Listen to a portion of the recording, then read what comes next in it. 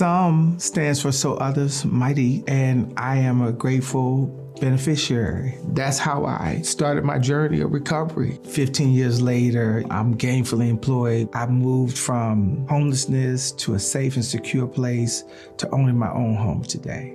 If these walls could talk, they would say safety. JP Morgan Chase Community Development Banking understands that the buildings we invest in are more than just four walls. They are you. They are us. They are Washington, D.C.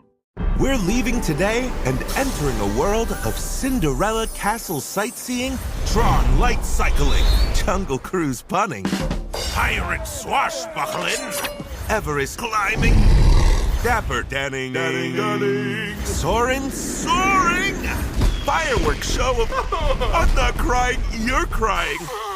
World of favorites for whatever you love. Infinite worlds await at the most magical place on Earth, Walt Disney World Resort. Hello, my name is Vanessa Handy.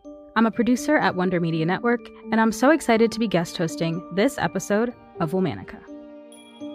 This month, we're talking about cultivators, women who nurtured, cross-pollinated, experimented, or went to great lengths to better understand and protect the natural world. In the 1930s, the global sugar trade was faltering, and nations worldwide were scrambling to cement the sustainability of their sugarcane crops. It was at this time that one woman swooped in to secure India's independence from a shaky global market. Her painstaking plant breeding process left India's sugar and economy a whole lot sweeter for decades to come. Please welcome E.K. Janaki Ammal. Janaki was born the 10th child to a family of 19 in Tellicherry, Kerala, India in 1897. Her father was a respected sub-judge of the Madras presidency and placed a lot of value on intellectual pursuits. The family home boasted a vast library he built himself, and he shared his interest in natural sciences with his children. As Janaki grew up, she watched her sisters follow the traditional path of arranged marriage. But when it came time for her to do the same, she took the road less traveled and turned her focus to scholarship. In Janaki's time, literacy among women in India was less than 1%. Fewer than 1,000 women were enrolled in school past 10th grade. This made her educational achievements, a bachelor's degree from Queen Mary's College and an honors degree in botany from the Presidency College, all the more remarkable. By 1921, Janaki had 2 degrees under her belt, but she was also at a crossroads. Through her studies, she'd fallen in love with plant cytogenetics, the study of the genetics and cell biology of plant species. Oceans away, exciting opportunities to continue her studies were beckoning. At the same time, Janaki felt a fierce loyalty to India. Could she really leave her home behind?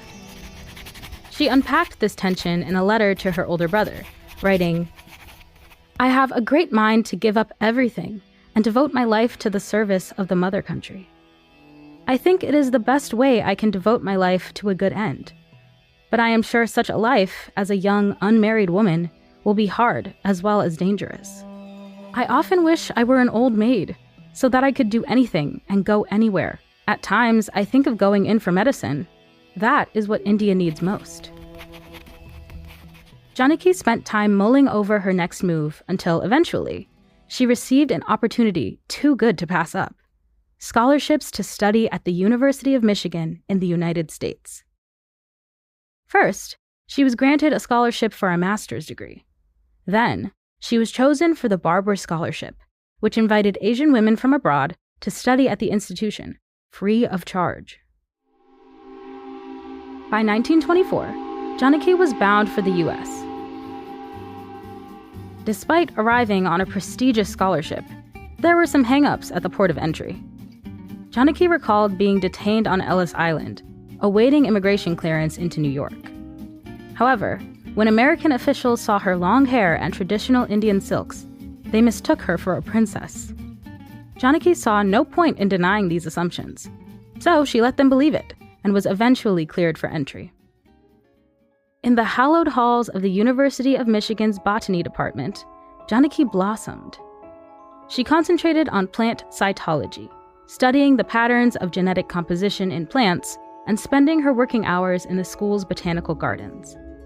Her specialty was breeding specific hybrid plants from different species. As you can imagine, Ann Arbor, Michigan, and her childhood home of Kerala were quite different. But Janaki settled in nicely. The great freshwater lakes and chilly climate were a welcome surprise. One night, she even saw the aurora borealis streak across the sky. Her time at the university also broadened her perspective. Janaki met young women from China and Japan and formed a Pan-Asian organization for them to connect.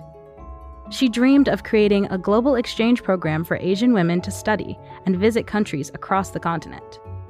By 1931, Janaki had earned a master's degree and a Ph.D. in botany, making her the first Indian woman in the US to earn a doctorate in the subject. On the heels of this accomplishment, Janaki returned to her motherland and used her expertise in hybrid plants to address local issues. At that time, India imported its sugarcane from the Indonesian island of Java, the second largest sugarcane exporter. But at the Imperial Sugarcane Institute of Coimbatore, researchers were working to improve the quality of India's native sugarcane crop, hoping to end its reliance on global imports. Janaki led this effort, spending laborious hours crossbreeding the native crop with the original domesticated saccharum. She crossed dozens of species together, trying to yield a hybrid that was both sweet enough and resilient enough to prosper in India's tropical climate. The work was tireless, and yet it still wasn't enough to prove herself in the eyes of her male counterparts. One day, in the throes of her sugarcane experiments, Canadian biologist Reginald Ruggles Gates visited Coimbatore and cast doubt on the efficacy of one of Janaki's hybrids, directly to the head of the institute. She wrote about the incident in a 1938 letter, saying, quote, "It has taken 7 long months to undo the harm that Gates did in the course of a simple day spent in Coimbatore. I very nearly decided to leave this station as a result of all of this, and life became very complicated. However, I refused to be defeated." It's a good thing she didn't quit. Because of Janaki, India found its sugarcane independence, and the sugarcane hybrid species she developed is still consumed today. This success bolstered Janaki's reputation, and soon, she was receiving more invitations to work overseas.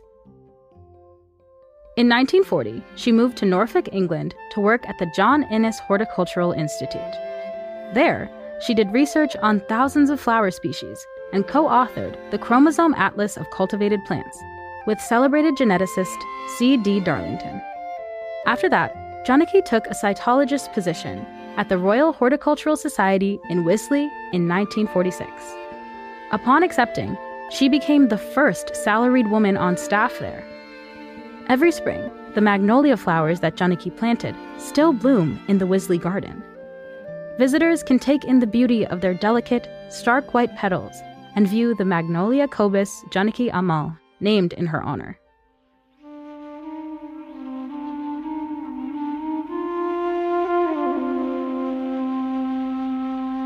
Janaki returned to India in the early 1950s at the request of Jawaharlal Nehru, India's first prime minister.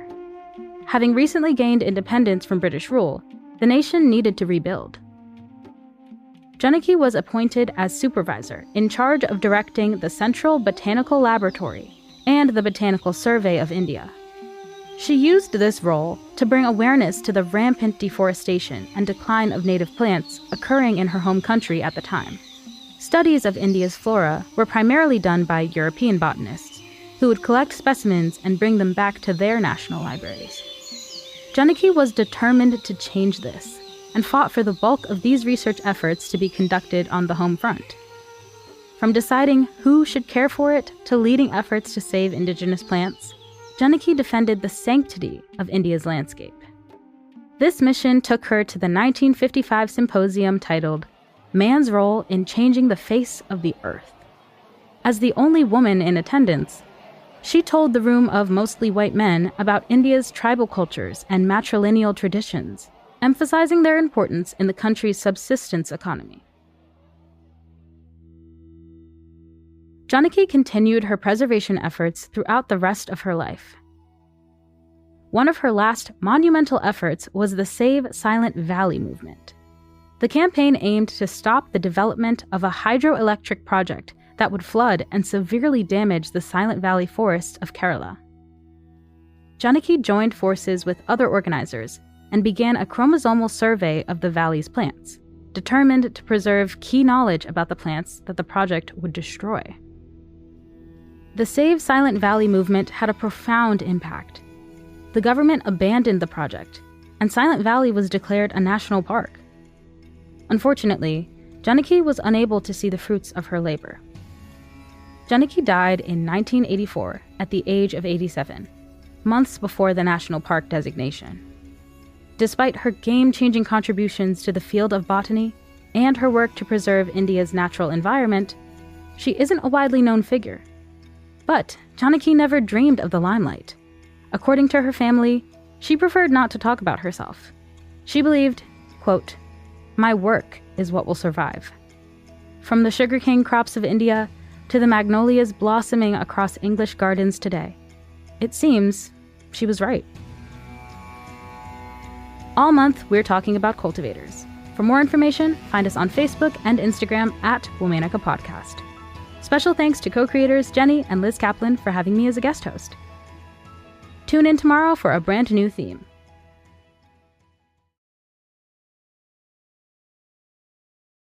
Some stands for so others might eat, and I am a grateful beneficiary. That's how I started my journey of recovery. 15 years later, I'm gainfully employed. I moved from homelessness to a safe and secure place to owning my own home today.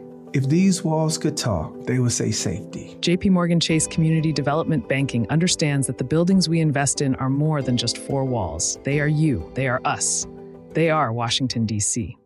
Residents at Brightview Senior Living Communities enjoy enhanced possibilities, independence, and choice.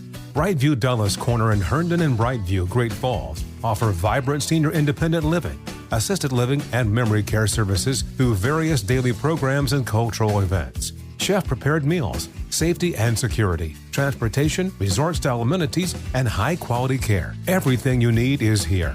Discover more at brightviewseniorliving.com. Equal housing opportunity.